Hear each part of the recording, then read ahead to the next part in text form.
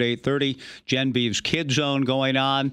The gates will open to Reeser at noon. The game itself between 1 and 3. Autographs afterwards in the East End concourse at Reeser Stadium. But mainly with glorious sunshine and a big crowd expected, a tremendous game day atmosphere. We're excited for that, and then heading right across the railroad tracks and across the way to Beaver Baseball, Goss Stadium at Coleman Field, and a big Pac-12 showdown between the Beavers and Arizona. I'm grateful to have the chance to call both games. Football with Jimmy Wilson in the booth Saturday, and then I hope Jimmy will join me wandering over to the ballpark for baseball to complete the doubleheader in a big event that I know Beaver Nation's very excited about. It's been a fun week for us as we get to know new Oregon State assistant coaches, and today a pleasure to welcome Kevin Mcgiven, the quarterbacks coach for Gary Anderson's staff. Coach Mcgiven, thanks for taking time for us. Good afternoon. Welcome to the show. How are things going today? Oh, they're going good. Just trying to get ready for last practice tomorrow, obviously before the spring game, and you know, every day figure out what we got to do to get better. And so, it's a daily grind in spring ball, and but looking forward to the challenges with this group of kids. So, Coach, what were your goals for this spring with your group specifically going in, and how have you progressed towards reaching those? What are your overall thoughts about how spring ball has gone, specifically with the quarterbacks? It's been a work in progress, and I think it's baby steps. Obviously you go into we went into spring ball, and it looked a lot different than it does now. We went in there with 7 guys in the room, and now we've got 3 sitting in there, and so I'm talking to a few less guys and being able to focus the reps on less guys, and as those 3 have gotten more and more reps as the spring has gone on, and those have accumulated, they've started to get a little bit better handle on the system. It was very evident in our last practice that they had a good understanding of the concepts, and so really at this point it's just the execution of those things. But we wanted to go in, we really wanted to learn the system, and that was a huge part of it. A big thing for that room is becoming great communicators and leaders. Making sure that they're approaching every practice and not wasting any opportunities to get better, and then just to be get to the point where they're being efficient with what they're doing. And so they're a young group, but they're very engaged, and I like their work ethic, and I think it's going to pay dividends in the future. I think we'll, hopefully sometime before our first football game, be able to name a starter, and that person will be ready to go. So. Oregon State quarterbacks coach Kevin Mcgiven joining us. To the untrained eye or mind, or somebody just showing up for the Saturday practice this past weekend, Coach, of which I include myself in that group, you see an incomplete pass on a particular player, an overthrown pass or something that doesn't quite connect, and maybe just on a very fundamental level you say, that needs to get better, or they've got some work to do. And yet I was interested and pleased to hear you, Coach Baldwin, Gary Anderson all say, you can look at it that way, but you could also, you understood as a position coach, you said that there was growth. You saw real growth in terms of understanding things, and now it's just a level of execution you're trying to get to. But maybe if you could talk to us a little bit about why there were still a lot of good things going on, if not necessarily every pass was completed. Right. Well, you got to really take things into context a little bit, understand how many practices they have under their belt in this system, and part of the execution of the offense is going to come with their repetition and with confidence, going out there and not having to think so much about what they have to do. I think you see that with every position, not just the quarterback. It's really hard for receivers to play fast when they don't know exactly where they're supposed to line up, what their split is, what my route depth is. There's so many things that go into play when you're learning a new system, and if you're not completely comfortable with what your assignment is, then it's tough to play fast. And and so I look at that from a quarterback's perspective. It's no different. If there's a little bit of uncertainty as far as the read, a little bit of uncertainty about their look of getting on defense, what my drop footwork is supposed to be, all those kind of things that come with time. Then the execution is going to lag behind. And when you have those types of things going on mentally, then the physical production usually isn't going to be there. But when you have confidence in all those things and you're just out there playing football, then I think we're really going to see where the production is elevated. We see more passes completed, things like that. And there's so many components involved in the pass game. With protection and with being on the same page with the receivers, and trying to get the ball out of the quarterback's hands. They're trying to anticipate where they're going to be without having the receiver's eyes necessarily looking at them. And so there's so many elements involved. But we just got to make sure that we're very, very sound mechanically with our throws. That we're using proper footwork and we're using proper technique. We're making the right reads and we're throwing the ball on time. And as we go forward and we get more consistent at doing that, then I think you'll see us start to do good things in those areas. So. John Warren with Mike Parker here on the Joe Beaver Show. Quarterbacks coach Kevin Mcgiven joining us. Mike asked Coach Odom yesterday about of the safeties and the corners, about youth, and is it a little bit easier to deal with and teach the guys because they haven't formed the bad habits, or having to unlearn something from a year ago? I imagine that's got to apply also, especially to your quarterbacks who are, all three of them are very young. Does it make it a little bit easier, Coach, to give them a brand new system because of their youth? Yeah, I think it can be.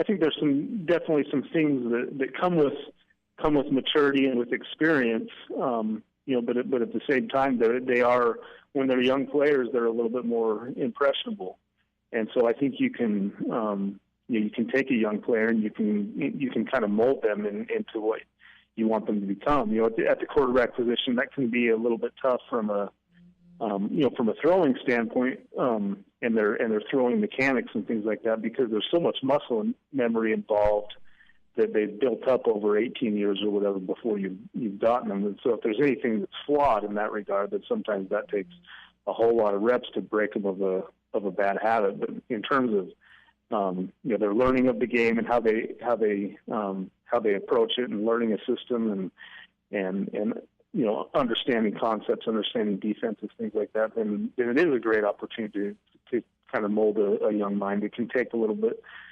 longer sometimes than what you'd like, but you hope that the end product is really good. And I do see really good things in these guys' future, as long as they continue to work hard. Coach, what was your approach with this group when you first got here? Was it give them the playbook, give them the full playbook? What was the expectations before spring practice started? What is your overall philosophy about starting new?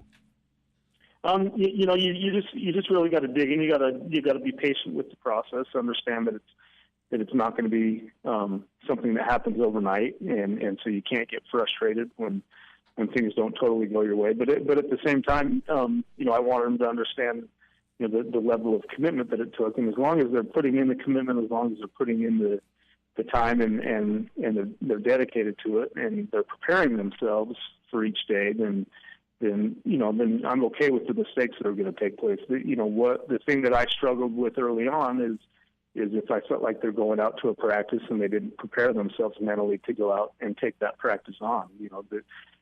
Looking over the scripts the night before and coming into meetings with questions, and when they do that, I know that they're engaged. I know that they're trying to prepare themselves. And for the most part, these guys did that. There's a little bit of a learning curve in terms of some of those expectations, but I like that room, and that was and so that was the challenge to them. Going into spring ball was that they'd be very, very dedicated every day, but the biggest thing was like I was alluding to before. To be able to be a leader in the system, you have to know the system, and as a quarterback, you have to pretty much know what everybody's doing. Yeah. And so to be able to go out and function and be a confident leader, then you have to know what you're doing, and you also have to be executing at a very, very high level. And when those things happen, then people will, they'll start to follow your lead. But we've got a very, very good group of guys. I think they've seen some of the struggles at the quarterback position in terms of performance, but I think they understand what those guys are about, and in terms of their work ethic. And so we got a bunch of guys on offense that that are rallying around those guys. They're supporting them, and it's becoming a very, very tight-knit group that I believe is going to have success. Beaver quarterbacks coach Kevin Mcgiven joining us as we head toward the spring game Saturday at 1 o'clock. Coach Baldwin, the offensive coordinator, was quoted as saying with regard to Seth Collins, and when I read this, and I saw a little bit of this just watching Saturday, Coach Baldwin said, my problem with Seth, quote, is he wants to run rather than hand the ball off. His idea is, I'm going to keep the ball and gain a lot of yards. Well, carry out your fakes and hand the ball off, unquote. On one level, yeah, that's a level of growth. But on another, Kevin, I'm wondering if you got a guy that is really, that believes, I mean, he makes plays of aggressiveness. I'm going to help. What are your thoughts about the balance that Coach Baldwin's looking for, but also the savvy, the moxie that Seth brings with him to the field to make plays? Well, I think it's our job as coaches to, obviously to build the offense around the personnel. And, if it's Seth Collins that's going to be the quarterback, then I think, there's certain things that you have to do to utilize his skill set. And his athleticism, his speed is one of his best attributes, especially at this point with some of the things in the past game that are a little bit more complicated. And so I think you'd have to look at simplifying some things for him and stuff like that, but also utilizing his skill set as well as the guys around him. And so you give him those opportunities. But I think the biggest thing that that Seth needs to understand is to play within the system. Don't try to create things that aren't there. Play within the system, and if you're doing that, then the opportunities will come. Mm-hmm. Every route isn't going to be open. But if you take your drop and you go through your footwork in a timely manner and go through your reads, and then you understand when it's time to get out or you're being flushed out of the pocket, then your athleticism is going to take over. With our running game, there's certain keys that you need to read that are going to tell you to either hand the ball or run the ball or hand the ball or throw the ball, with the different types of schemes that we run, and just to play within the system, and that if you're doing that, then the opportunities will be there. They will present themselves to you, and if they are not through the course of how it's called, then we'll structure our calls to make sure that happens a little bit more. But I think that's the approach that we're taking with him right now is just learn the system, trust it, mm-hmm. play within it, and then your athleticism will take over once you learn to play within the system of confidence. Interesting. Kevin Mcgiven, our guest, Oregon State quarterbacks coach. Coach, how much import do you ascribe to, if any, the intangible element of guys that you can read, whether O-linemen or receivers or whoever, you don't huddle, but I mean in meetings, in situations where they look in a guy's eyes or they just know, we believe in this guy. We trust in this guy. All of you are kind of, I would think, growing into the ability to do that with one another. But how important is that to have sort of the conviction of everybody else? Whoever emerges for the Weber State game as the starter, I would think would have to have that quality of, guys, here we go. Let's go get this thing done now. Yeah, I think that's going to be very, very important. Like I said, even though there hasn't been a guy named, the guys on offense, the guys on defense, they're starting to rally around these guys. They're starting, they're trying to instill some confidence in them, and they're taking it upon themselves to up their level of play.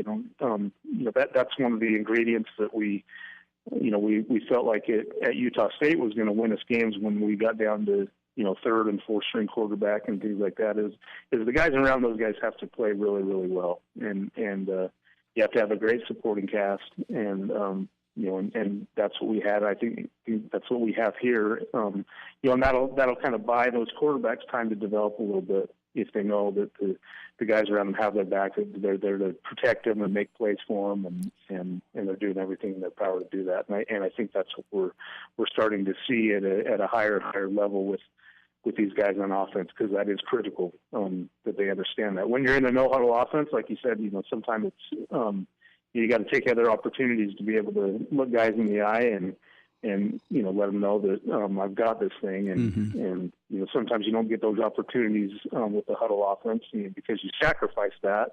by hopefully stressing the defense in other ways with your tempo and change of pace and things like that. And it's interesting you brought that up. That was one of the things.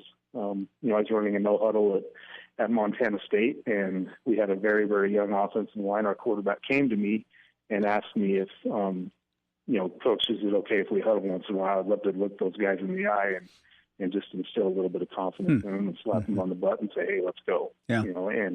And I understood exactly what he's saying, with a young group, and he felt the need to be able to do that, and that was something that he was acting on his leadership, and so I accommodated him, to give him the opportunity to do that because he felt like it would make us a better football team. So interesting experience. I appreciate you sharing that with us, Kevin. In terms, you referenced Utah State. Football Scoop named you their quarterbacks coach of the year last year. You lose 3 different starting quarterbacks along the way, and yet you end up beating UTEP in a bowl game and go 10-4 in spite of that. So you must have guys with ability that others believe in, kind of getting back to the conversational theme we're having. But there also must be something in the system itself that if guys go to work on it, learn their jobs, the system itself can be productive. So maybe take us through the balance of the system that you're trying to instill. You need players with skills to run it, but it sounds like you were able to plug different people in and still have success. Yeah, one of the I think one of the unique things about the style of offense is you can take it some different directions. Obviously you want to have a plan and you want to have a philosophy, and we run a multiple spread here, and it's very, very similar to what we ran at Utah State. But you can cater to you're always going to do what you like to do and try to center around your best players, skill players, and your quarterback. But you do have the ability to take it some different directions because it is so multiple. That's what we had to do at Utah State a little bit when we would get guys in there that maybe had a little bit different skill set or maybe weren't quite as comfortable with one scheme or another, one concept or another. We would kind of have to adapt and recreate a little bit to center it around what we thought they could do well, what we thought they could handle, and so that's kind of the uniqueness of the system. We know what we want to be. We know what we want to do to be able to attack defenses again with our pace and with the things that we do with our different personnel. But that's something that you have the ability to change. And then it's also an approach that you have in your program, at Utah State, the head man there was, Matt Wells, said that to those guys all the time because we had to deal with adversity was, you really have to take it kind of like a next man up approach, and everybody else has to rally around them. And we had to do that more times than one there. But it's just something where, if you have a team that's close, then they're going to believe in each other. They're going to rally around each other, and it doesn't matter who's in there playing. When they get their opportunity, the rest of the team is going to up their level play to ensure that individual has success. And so I see a lot of parallels, obviously with the system that we're running here, but also the approach with this team and the closeness of this team, and as they move forward and they continue to work hard together and they become a tougher and a stronger unit, they're going to become a closer unit as well. And, that's just something that happens by nature when you put in the type of work that these guys do together. So last couple of things with Kevin Mcgiven, Oregon State quarterbacks coach, the spring game at 1 o'clock. The gates will open at noon. Jen Beeves Kid Zone gets underway at 11:30. Autographs afterwards. There's just a lot of great things going on than baseball in the afternoon at 4:05. Coach, do you have I'm with baseball right now and calling their games. One of the assistant coaches told me recently that he challenged, there's some open corner spots in the outfield, and he just said to all the guys, look, you show up, you can win that job. It's your job. You go out and win it. You show us that you're ready, in a sense, to win that job. I'm wondering, between now, the spring game, the summer, before you reconvene, are you guys kind of looking for somebody in your quarterback group with all of that work, and you want to have a starter named at some point during fall camp, but will it sort of be on these guys? Are you challenging them? Look, this thing, there's a competitive thing. You can win. Go out and be the guy that separates himself. And is that a challenge that you've issued to your guys? It's not necessarily in those terms. I think they understand the competition, and I think a lot of them, their care factor is so high that they put that type of pressure on themselves. But as spring moves along, I mean, you definitely challenge those guys in different ways, and those are things that I'm going to have meetings with those guys, after spring ball's over and going into our summer conditioning and off season and things like that, because I think you're absolutely right. There comes a point when one of those guys just needs to step up and grab this thing, and that's what you hope. Mm-hmm. That's what you hope will take place. That that they'll take the initiative and whatever it takes is in terms of putting in more effort, more study time, gaining a lot of chemistry with the guys around them, throwing a lot in the off season, whatever it may be to gain that edge and that they just go grab this thing. You hate to go into the season and not have those questions, still have those questions in your mind, right? Because that usually doesn't equate to a good situation, as far as the ones I've been around. But when one guy jumps up and grabs it, and you can say with certainty that this is our guy, and you can commit to that, then usually good things will happen. So. You started with 7, you're down to 3. Are you mulling whether to bring anybody else or reconvert somebody? Or, I mean, I know Tanner Sanders, a local kid who we followed his whole career from the time he was little on the way through, has kind of bounced a little bit since arriving at Oregon State, has some experience in a system. I mean, if not him, do you have any thoughts along the lines of adding to the quarterback number at some point in terms of the 3 you have, other than the 3 you have right now?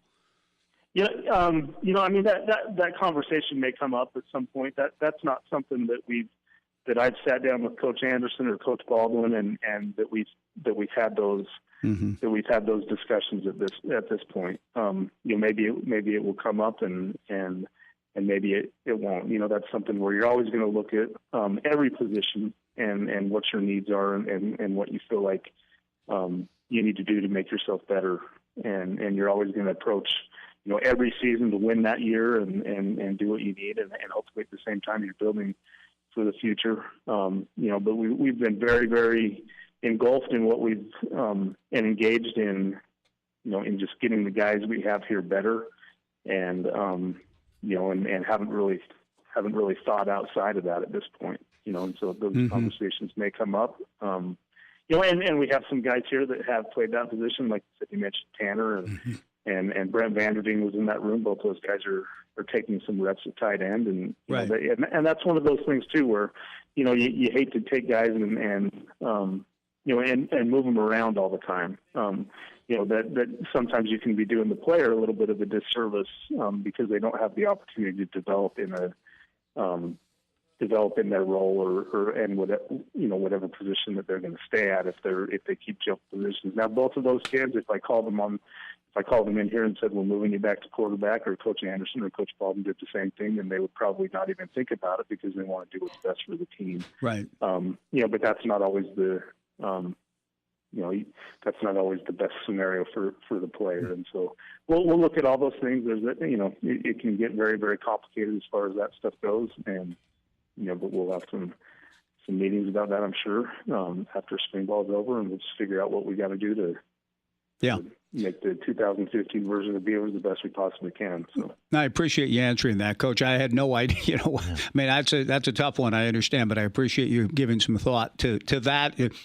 Johnny's got a question for you, and we're going to wrap it up. Thanks for joining us, Coach. We've asked all the coaches this week this question because we're essentially just meeting you, really, for the first time, and that is your initial impressions of your new home, Corvallis, the community. Have you had a chance to get out a little bit?